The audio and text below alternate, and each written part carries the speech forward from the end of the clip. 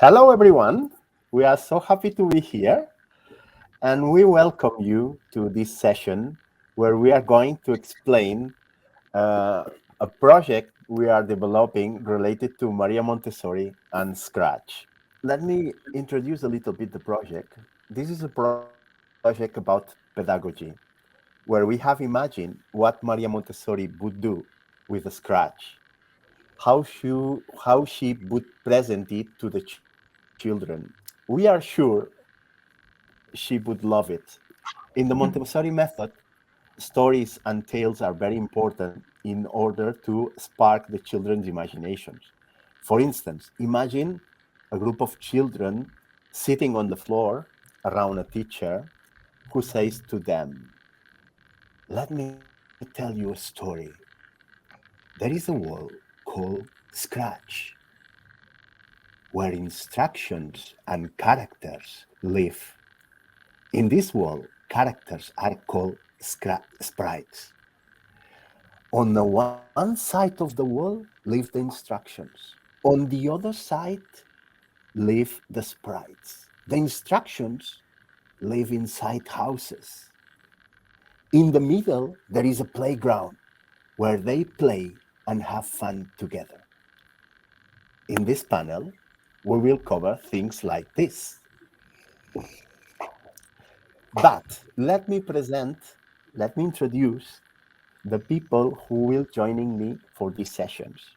We have a remarkable group of experts, representatives of the organizations that we have been working in that project.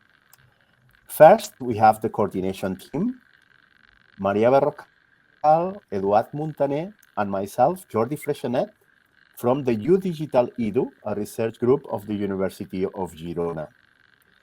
Next, we are privileged to have Sarah Kennedy from Waterpark Montessori International. Her mastery in Montessori education shed light on promoting and integrating the Montessori principles while teaching Scratch. And last but not least, we have a very loved English teacher from a rural school in Carcia, in Romania, Delia Pirbu. Her experience and first-hand knowledge of working with pupils from minority groups have offered practical insight regarding inclusion and multiculturality in our project. So thank you, Sarah, Delia, Maria, Edward, to be here with us in this session about our project. So we have planned the session with this proposal. So first of all, we are going to try to give some ideas about this question, why Maria Montessori would use a Scratch. Then we present a little bit the context of the project.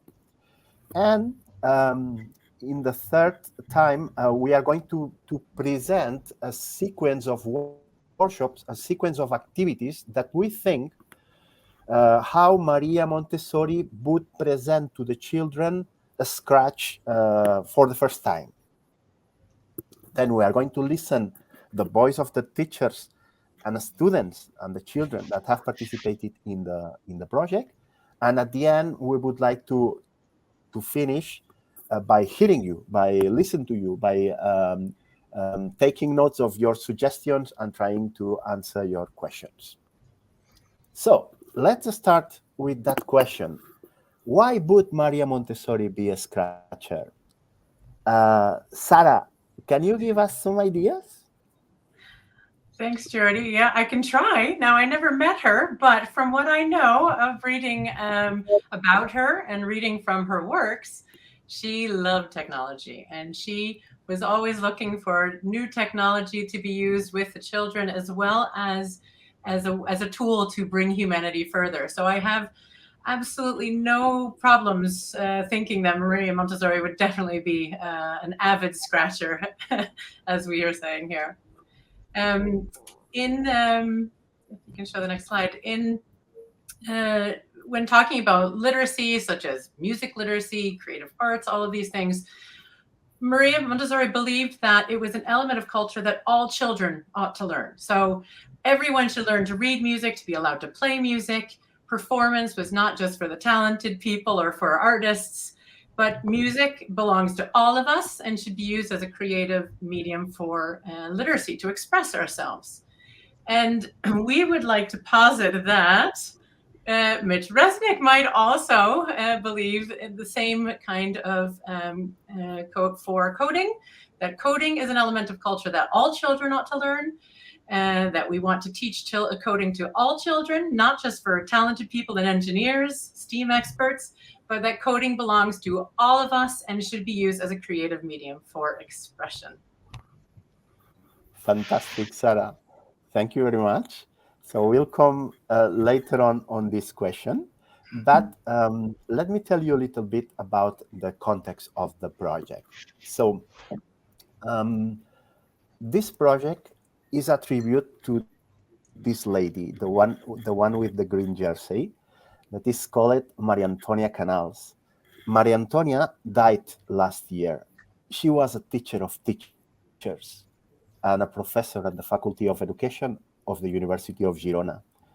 With Maria Antonia, we learned Montessori.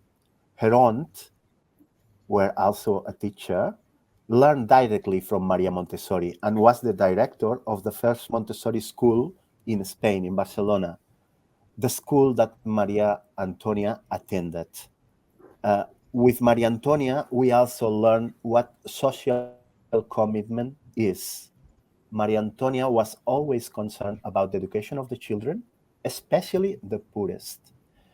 Thank you very much, Maria Antonia, for all that you taught us, and this is for you. The project is called Montec, Montessori Tech, and it is co-funded by the Erasmus Plus program of the European Union, and it tries to answer this question in a practical way. If Maria Montessori were alive today, how could she incorporate technology in the classroom while staying true to her educational approach? And in the same way that Maria Montessori and Maria Antonia did, our focus is also on multicultural schools in Europe. Schools, for example, in Spain, with many children from new migrant families, or in Bulgaria and Romania, where there are a lot of schools with minorities like Roma children, or in Greece, with many schools with children coming from refugee families. Our project is aimed at teachers working in these schools. And the project partners, we'll see we are a group of 8 partners. We are experts on creative technology, University of Girona, Safiria from Bologna, Italy. We have 2 partners that are experts on Montessori, Montessori Palau School in Girona, and Waterpark Montessori International in Cork, Ireland. And we have also what we called experts on teacher training, Action Synergy and Eloris in Greece, the Center for Creative Training in Sofia in Bulgaria, and the school Constantin Ianculescu in Craiova in Romania. But from minute zero, we want that all the organizations to participate with teachers in all the steps of the project, so that all the partners are designers and implementators and testers at the same time, from minute zero. The project is a 3-year project and started in 2021. And in this year, we listened to the teachers from multicultural schools and created the first version of the Montec Guide in English and just for internal use. We started the 2022 year by training 35 European teachers from the consortium countries in a 3-day intense training in Girona. And then we gave them like 4 months to implement what they had learned in Girona in their schools. And we met again in Athens in the month of June to listen to their feedback. With this feedback, with the feedback of the teachers, we improved the guide and we published the second version, this time public, that has been translated into the languages of the consortium. From September 22 until the end of this year, we are training teachers in the different countries of the partners using our own languages. At this moment, we have trained 350 teachers, and our target is the 500 teachers. And Maria, can you tell us a little bit about the context of the project, please? Yeah, sure. I can tell you about our project website, which you can access through the QR code or by typing the montessoritech.eu in the address bar. It contains a summary of the two methods that the project blends, information about the teacher training, and the general idea of the project, as well as its objectives and target groups. It also displays the teacher's guide that Jordi was telling you about, which is available in 9 languages, among them English. So please do not hesitate to download it right now if you feel like it. And well, the Montec Guide has 3 chapters preceded by an introductory section about the Montessori principles and the recommended methodology for the proper activity implementation. The first chapter is about the rich story of technology, which can serve as a timeline to contextualize some of the activities. The second one gathers a variety of workshops to introduce Scratch and the back concepts of the computational thinking. And the third one is a collection of activities of different subjects where creative technologies have their. So if we look at the linear structure of the workshops, it follows the creative thinking spiral of Mike Resnick. This is why each part has a heading and a color indicating the different phases to ensure teachers provide children the time to go through all the spiral during the activity development. So the workshops included in the guide are unplugged, plugged, or a combination of both. However, in any case, screens replace cardboard and pencil productions, as you can see in the pictures. Rather than this, they maximize or extend their functionality through creative technology resources. So we got inspired by the materials produced by the Scratch team, the creative computing and getting unstuck guides, and activities from the Tinkering Studio, Makey Makey, and Macrobit, among others. But you will be wondering, what does this activities implementation look like when put into practice following the Montec method? So perhaps Sarah could throw light on it for us. Thank you. Sure. So there are several aspects that we put into special focus that are both following the Montessori principles, but also that help to make this project successful for implementation. So we start with the spark. It's a story that we tell, which for those who are familiar with the Montessori method, we very often tell stories to introduce new subjects. So we get the whole class going, sparking their interest. And then there's free choice. And I heard that actually in one of the sessions today about choice being an important aspect. And I thought, yeah, we agree with that one. So free choice so that the students can choose what they want to work with and how they want to approach their project. That's really important, that they're following, their inner desire to explore. And then in the meantime, we also have small group demonstrations where we take some students and we'll give them a presentation in a key concept or something that we see that they might be struggling with, and we give them a lesson in that one thing. And then we give them a new challenge, encourage them to continue to work independently and more follow-up activities. Feedback is another one that we use. Well, let's go to the journal. And we've got some ideas, some examples from some of the student journals here. we really put emphasis on the journal and the reflection. We really want them reflecting on their work. What have they done? Whether it's just drawing a picture or maybe, looking at how this is how far I've gotten, giving feedback to a peer based on what they've done, they're brainstorming. And also, it was also mentioned in one of the sessions that it's okay to be not finished with a project, even when we're sharing it. We can also go back in and rework it. And here are some more, a way to put our ideas into a journal so that we keep sort of an ongoing diary of what we're doing and our thoughts and reflections.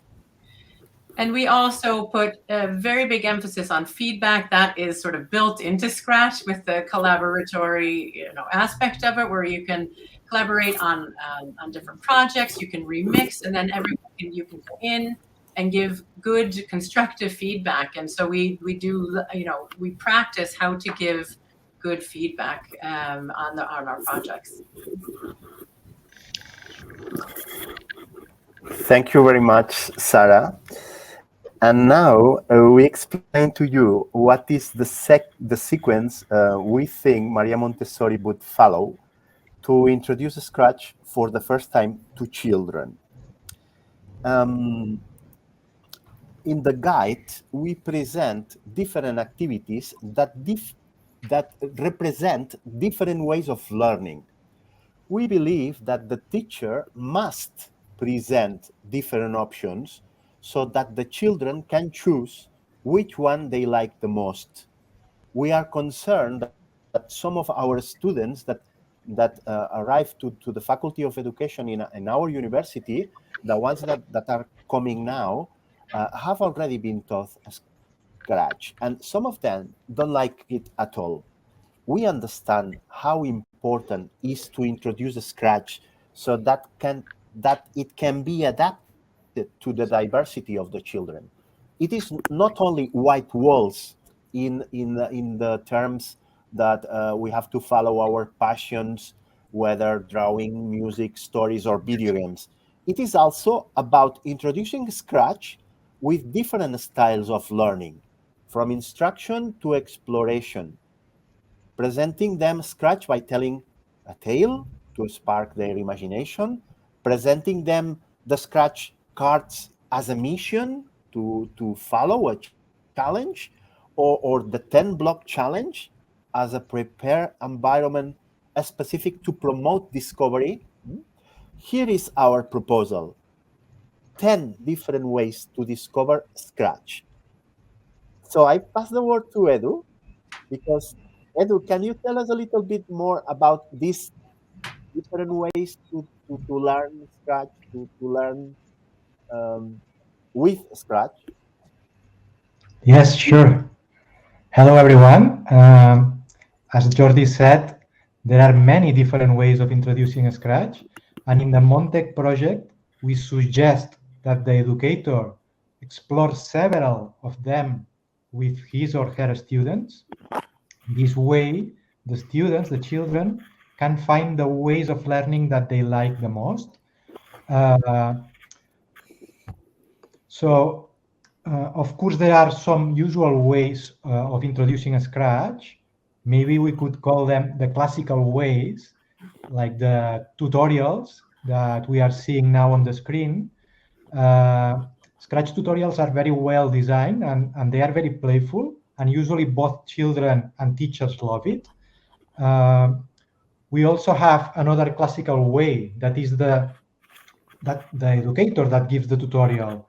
He or she can perform a demo with a Scratch, for example, with the projector to the whole class to show some idea or concept, and then let the students explore by themselves. And it's very important to mention that these methods are not self-exclusive, but they can be combined with each other. And in this project, this is what we precisely we are suggesting to the educators to do. There are more ways. Obviously, we also have, if you are in the Scratch conference, I'm sure that you probably know the Scratch cards. They are very well known, and they can give a lot of play if they are used well.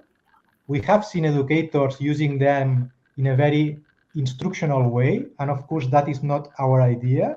We like to present the scratch cards as missions, something, challenges that the children have to collaborate and share in order to solve that challenge. Also, the scratch cards are perfect for promoting pair programming and learning by teaching. When some child discovers something when they are trying some scratch card, then we should promote spaces, time for that child to be able to explain that to another child. This is very important for us. Another classical activity that also Jordi already mentioned is the 10 blocks challenge from the creative computing curriculum designed between Harvard and the MIT. As Jordi said, the 10 blocks challenge is a prepared environment designed specifically for discovering. And this idea of a prepared environment has a lot of links with Montessori pedagogy.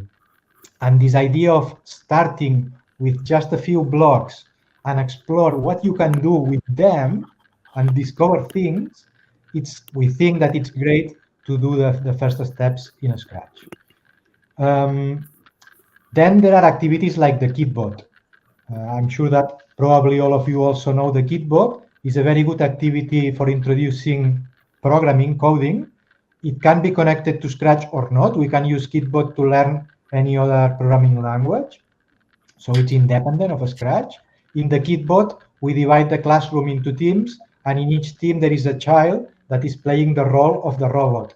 And the rest of the children in that team, they have to program that robot. They have to create a sequence of instructions and give these instructions with paper, with a blackboard, with cards, with whatever.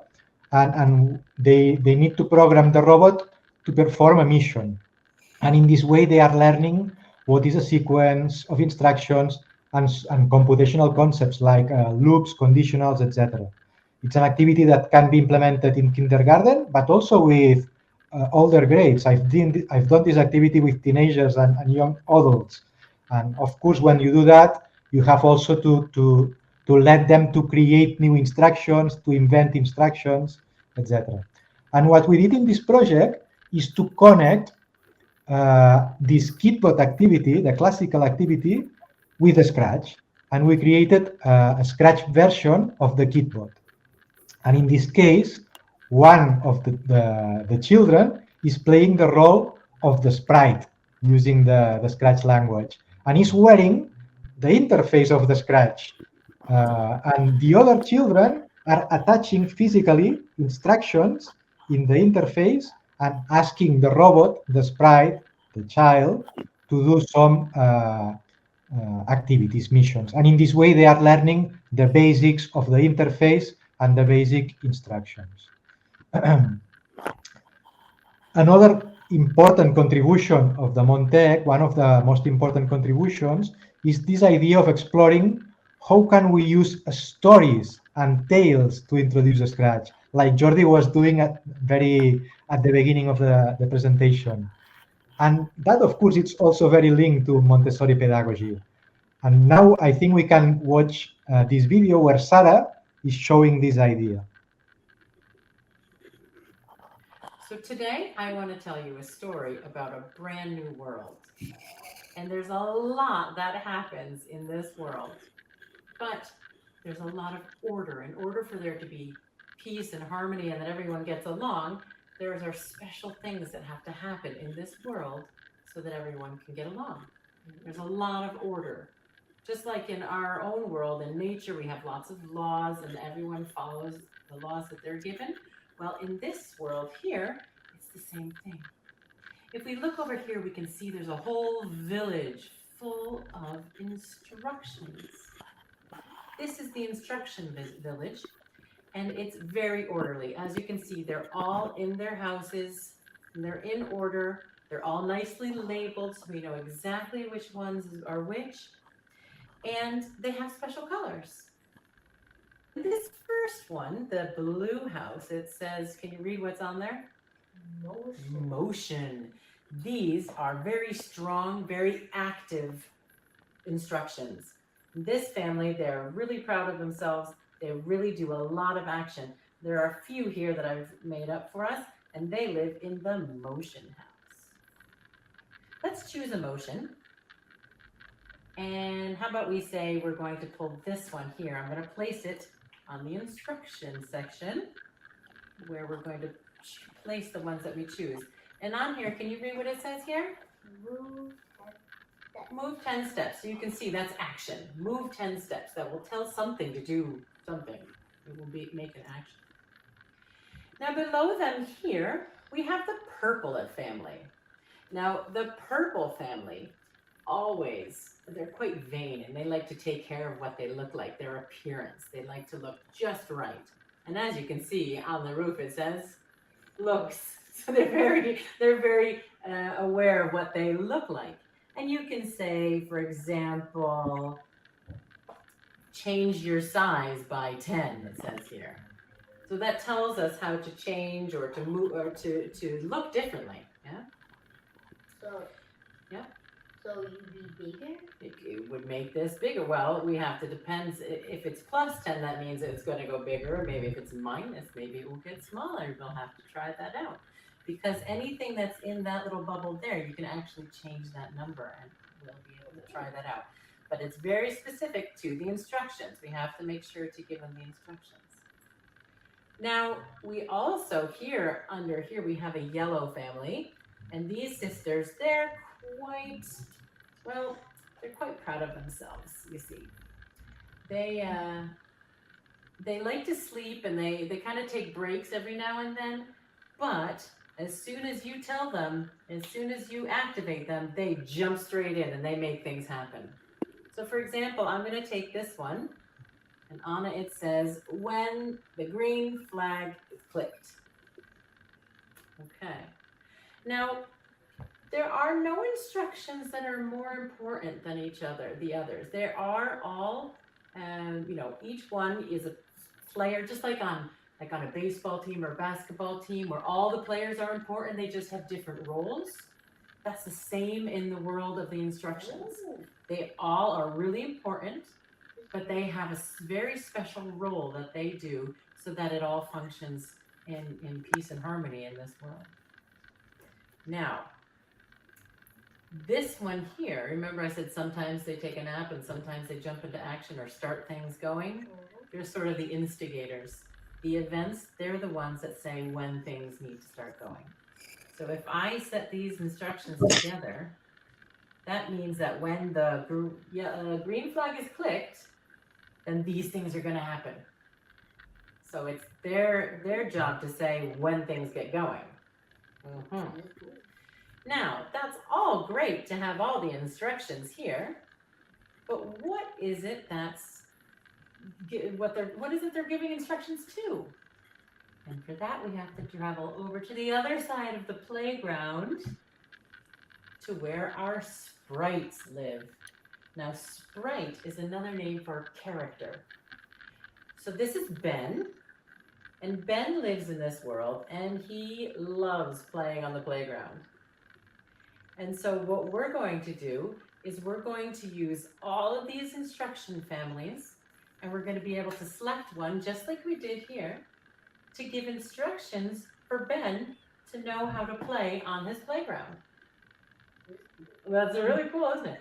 So, for example, it says now we've made a set of instructions here. We said when we're clicking the green flag,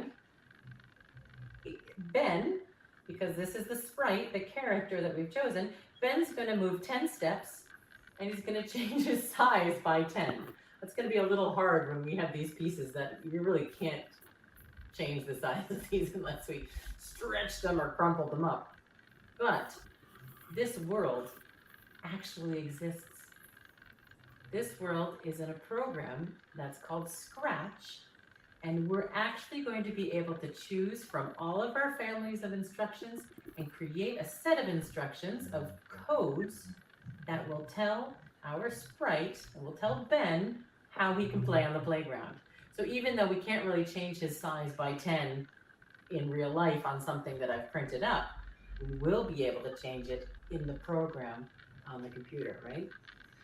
So let's pretend if I click on the green, he's going to move 1, 2, 3, 4, 5, 6, 7, 8, 9, 10. And then he would have to change the size. We'll make him bigger if we could. So what you can do is have fun looking at all of these different houses, and each of them have a name. So you might be able to guess even before you saw some of the codes that are inside the houses. You might actually be able to guess what kind of coding it will do, what kind of instructions it will be able to give to Ben on the playground. So that is the world of Scratch here. And once you've had a look at this, you can try some out. If you wanted to put together some instructions, we'll then be able to discover, we can open up our computers and we can log into Scratch and we'll see the same idea. It might not look exactly like this, but I think you'll recognize the colors and the names. And inside each of those, you'll find the same instructions that we have here. You'll find your sprites, and then you'll see that there's a playground and where we place our codes. So play around with this and see if you can make a set of codes, and maybe you can try following the code instructions to move Ben around. You could even switch the look, maybe. I don't know. Maybe that is something that you do. I definitely would. Okay. So off you go then. You can have fun playing in this world here, and when you're ready, I will show you where the real world of Scratch exists. Oh, you want the dinosaur. There you go.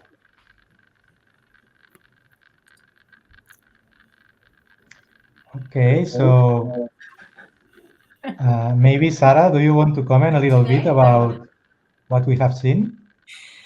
Yeah, so this is a tale that is part of the guide, and I had no children except my own. I had one of my children being the participant for the story, but and my eldest child doing the filming. So but it's a really great way of getting them. I think someone in the chat said it's low pressure. There's no anxiety of if I click there, is something going to happen, but it's a way of sparking interest, introducing them to this world. And you can see in the pictures in the slide here, you see both teacher training and the children hearing this tale as well. And it's such a simple way of doing it. You can just print up some code, and we have it as part of the materials that go with this project, that we can you can make it as amazing or as simple as you have resources for, or as much energy as you want to put into it. So it's really a low-key but really fun way to get the children involved in understanding the world of Scratch before we get into the plugged part of it. Okay, thank you very much. We can also discover Scratch, as you can see in the photos now, by playing. Here we can see a very simple example. It's one of the activities of the guide, and we are using a fortune teller to learn about sequences and to start learning some of the basics of Scratch. So children in this case fold the paper and they play with it. They have to choose one of the sprites, and then the child has to perform the actions that are hidden behind that sprite. And these actions are, of course, Scratch instructions. We also have activities like the making faces activities that you also maybe know. In this case, is an activity designed by the Tinkering Studio. As Maria said before, we took inspiration from several groups and institutions, in this case, the Tinkering Studio. We like very much the idea of making faces with Scratch, where you use everyday objects to do some computational tinkering. You create faces and you play with them computationally with Scratch. And in Montec, our target schools are multicultural schools, and we give a lot of importance to culturally relevant pedagogies. When we design the activities, we try to include the cultures, the different cultures that are present in the classroom. And in this case, we modified a little bit the making faces activity, so the children explore the traditional masks of their own cultures, of the cultures present in the classroom, and they bring these masks to the classroom, or they take photos from the internet, and then they play computationally with the Scratch and these masks. And I think now Sarah can explain the next activity. That is very interesting. So another concept that we're trying to show is that these, the concepts that are very important for coding, we also find elsewhere in our world. So for example, one of these is loops. And we discussed loops we can find everywhere. We have loops in nature when we're talking about maybe the cycles of an animal, or we can make simple dance loops we have these simple cards. They're all loose cards. You can reorder them. The children got into groups and they made a sequence. As you can see, we had one up on the board. And we then had a simple 4 lines of 4 beats, and we actually danced in a loop. And so we had great discussions about, can we just keep going on a loop, or do we need to sometimes alter it? And it became a really great activity. But again, it was an unplugged way of understanding the concept of loops before we got into the digital part, where there are many, many different dance party projects that they can then implement that concept digitally into a plugged project and remix and have fun with other projects that are available for them. So, Delia, could you tell us about this Monsters with Variables project? Of course, Sarah. Monsters with Variables is another workshop which aims to teach variables, an abstract concept, through manipulating real objects. As you've heard throughout our presentation up till now, they are to handle different shapes of bodies and arms and legs and eyes. And at the beginning of the lesson, the teacher has to explain the variables to the children and explain how they can get creative by using variables. It also have to give, the teacher also has to give an example by building a monster, and then children in groups or pairs, whatever makes them feel more comfortable, start working and creating their own monster. By selecting a set of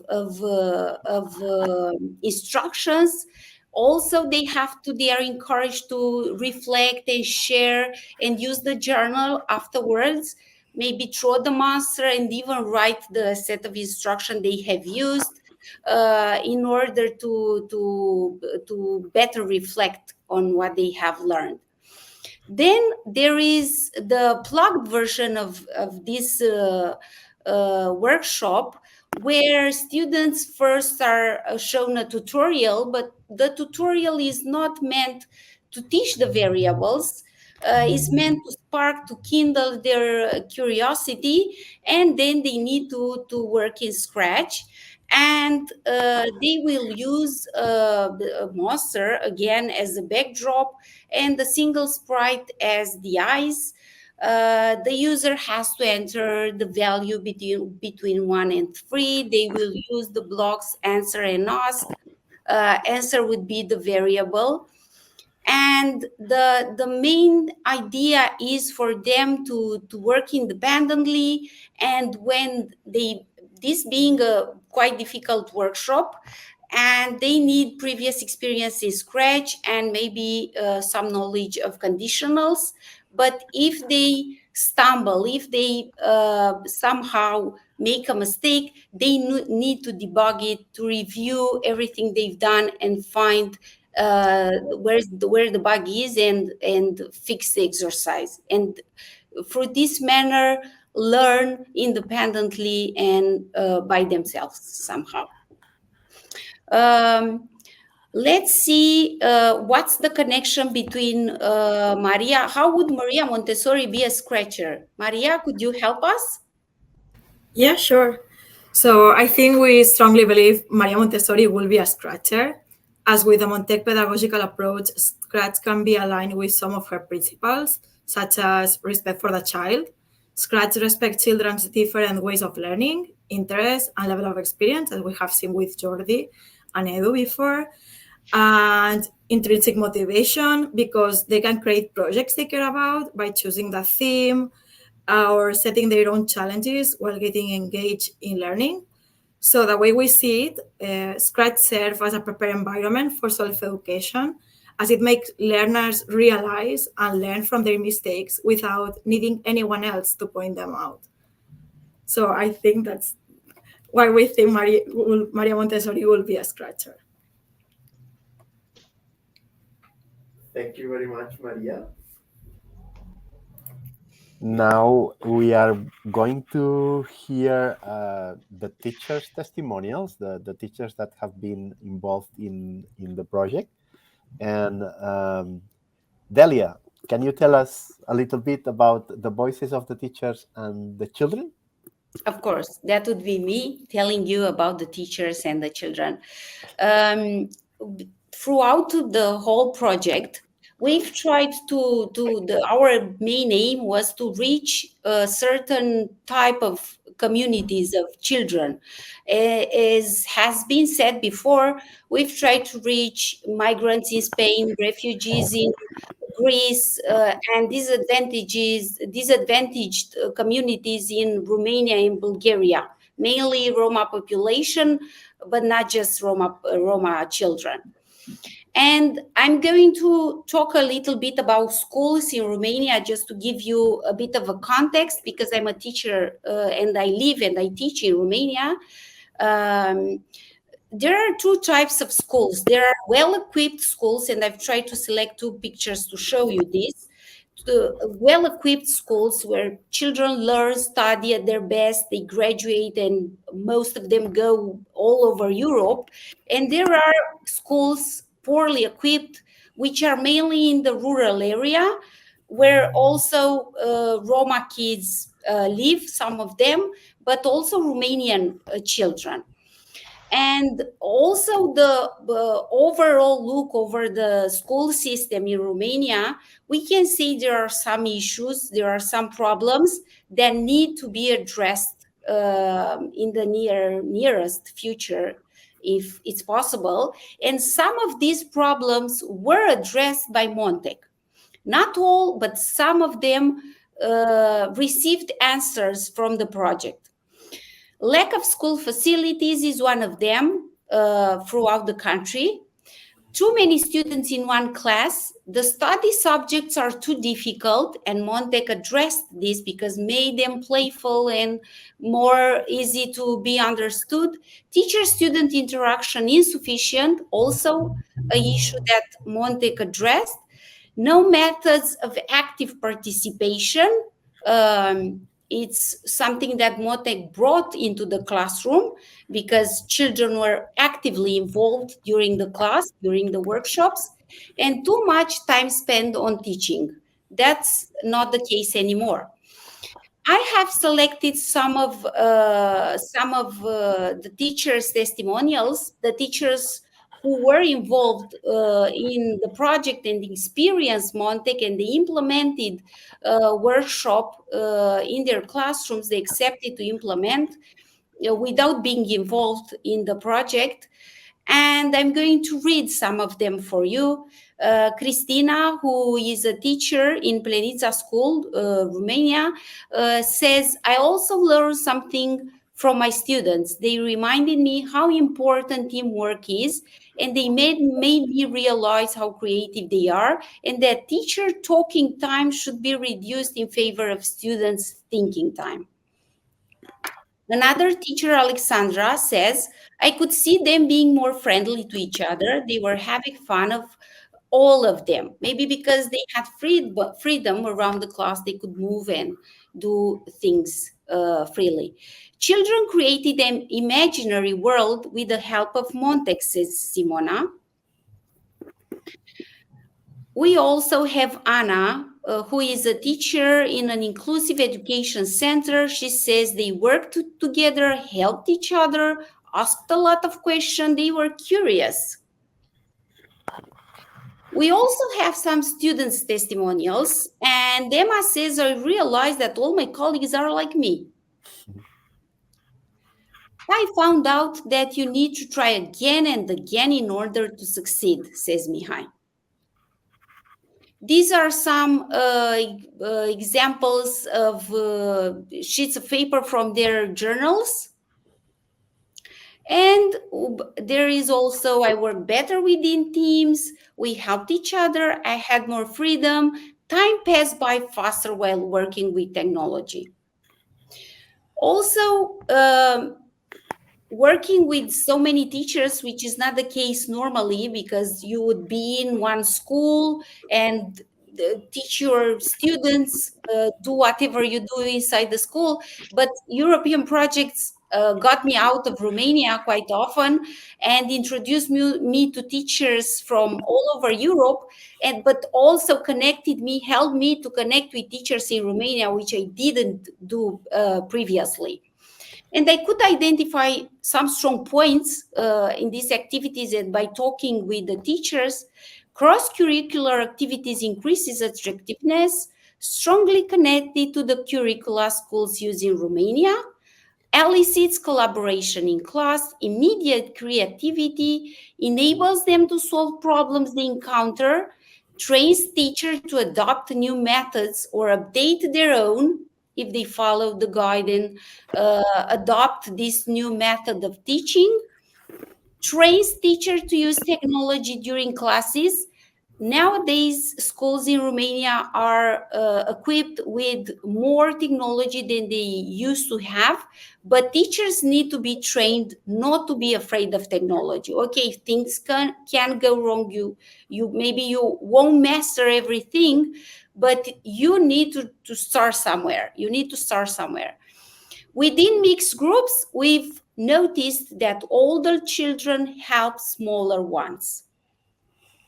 There were also a few weak points, as there are in all things.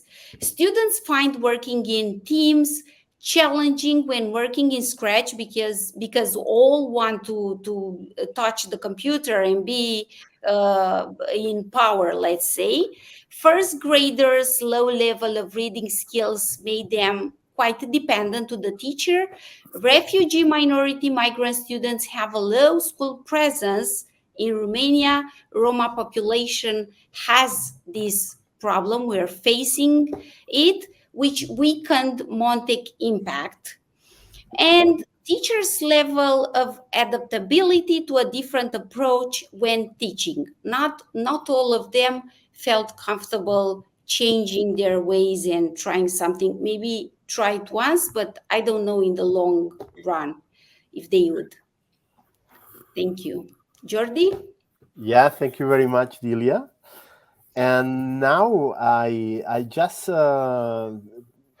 we are in the last point that we are going to listen to the audience, and we would like if you have suggestions for us or you have questions or so. I just leave that last slide that is our contacts. If you are interested in the project, please contact us. We are going to organize on the next autumn a training, an online training in English, international, and we are going to offer this possibility to learn about the Montec project. So I'm going to go to the questions. I don't know if you have some questions. There was one, Jordi, that they're asking the age of the children for the project. Maybe we can approach that because they also asked, do we start with Scratch Junior or jump straight into Scratch? If you want to address that.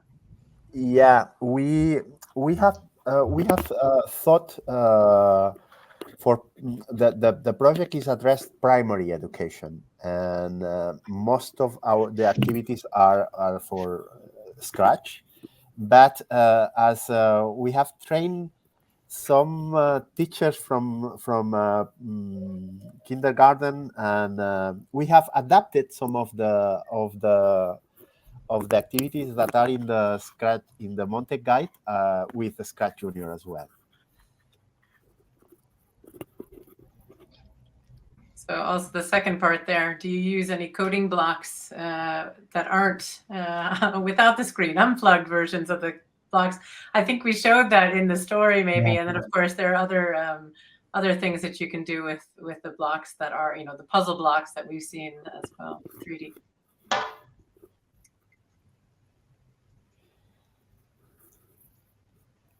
There's also a question from in the chat now.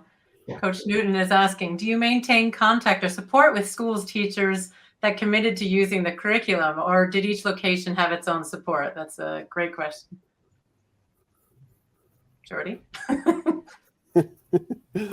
Yeah, we have in the project there is a part that so we initially in 2022 we trained teachers from all the partner countries, and then these teachers became trainers, and now these trainers are in contact with the teachers that we are training in Italy, in Spain, in Romania, in Bulgaria, in Greece, in Norway. Yes, we have in contact with these teachers because we ask them things when they are working with us. So we ask them a survey at the beginning, a survey at the end, and we ask as well feedback from their implementations. We want to hear from them if the things that we put in the guide are working or not. So and as well if we can improve the activities that we had in the guide. And our contact information is always out there. So I occasionally get emails from teachers who are in their classroom saying, okay, how would you do this? We tried this, but could you give me some suggestions of how we might? So we're always welcoming these kind of questions as well to make sure that the implementation goes well. It's successful. Very good. I think that we have more time for questions, like 5 minutes or something like this, if I am not wrong.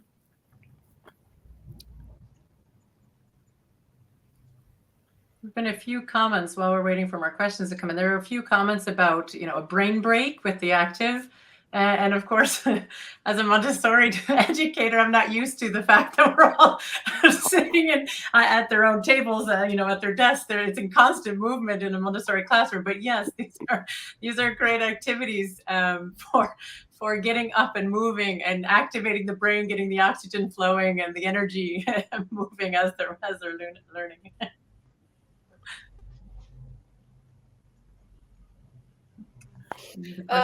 There's Tracy who says, love to see the strong weak points of the project so far for students struggling to work in a team to use Scratch. Is there anything that you're doing to address that?